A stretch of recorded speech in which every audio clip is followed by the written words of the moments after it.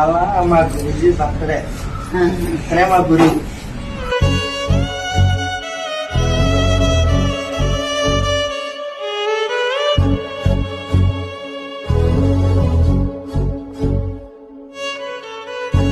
ప్రియమైన స్నేహితులారా, ఈరోజు నా పుట్టినరోజు సందర్భంగా ఒక ప్రత్యేక అనుభవాన్ని మీతో పంచుకోవాలని అనుకుంటున్నాను. జీవితం అంటే కేవలం మన కోసం బ్రతకడం కాదు, మరొకరి హృదయంలో ఆశ వెలిగించడం. అది నిజమైన పుట్టినరోజు కానుక.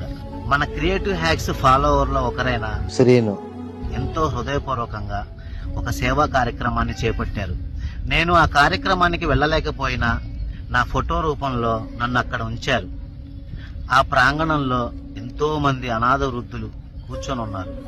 ఆ వృద్ధుల కళ్ళల్లో ఆ కల్మషం లేని చూపులు, ప్రేమతో నిండిన ఆ కళ్ళు నిజంగా ఆ క్షణం నాకు ఒక కొత్త శక్తినిచ్చాయి.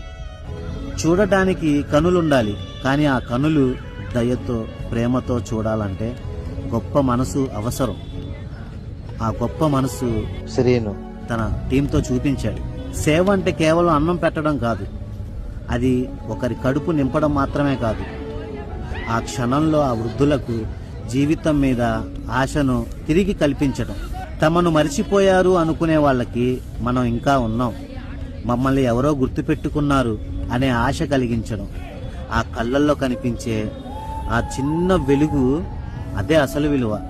నేను ఈ సందర్భంగా చెప్పాలనుకున్నది ఏంటంటే, నా యూట్యూబ్ ఛానల్, నా ఫేస్బుక్ పేజ్ క్రియేటివ్ హ్యాక్స్, ఇవి కేవలం పెయింటింగ్ డిజైన్స్ చూపించడానికి మాత్రమే కాదు, ఇది జీవనోపాధి కలిగించే ఛానల్. మీరు నేర్చుకొని, మీరు చేసే పనిని బాగు చేసుకొని, మీ జీవితం గతంలో కన్నా ఇప్పుడు మెరుగ్గా ఉందని మీ హృదయం చెబితే అదే నా నిజమైన విజయం. నేను చేసే పనుల ద్వారా మీరు మీ జీవితాన్ని మార్చుకోగలిగితే, దయచేసి ప్రతి నెల మీరు చేసే కష్టంలో ఒక భాగాన్ని ఆ వృద్ధుల లాంటి అవసరమున్న వాళ్ళకి అర్పించండి. అలా చేస్తే మన వృత్తి కేవలం డబ్బు సంపాదించే మార్గం కాదు, జీవితం మారుస్తున్న మార్గం అవుతుంది. ప్రియమైన స్నేహితులారా, మీరు నన్ను నమ్మి నా పని నేర్చుకొని బాగుపడ్డారు అంటే ఒకసారి ఆ మనసులో కళ్ళు మూసుకొని ఆలోచించండి. ఇది నా పని వల్లే వచ్చింది అని మీరు భావిస్తే మీరు కూడా మరొకరికి జీవితానికి వెలుగునివ్వాలి. ఇది నా ఉద్దేశం.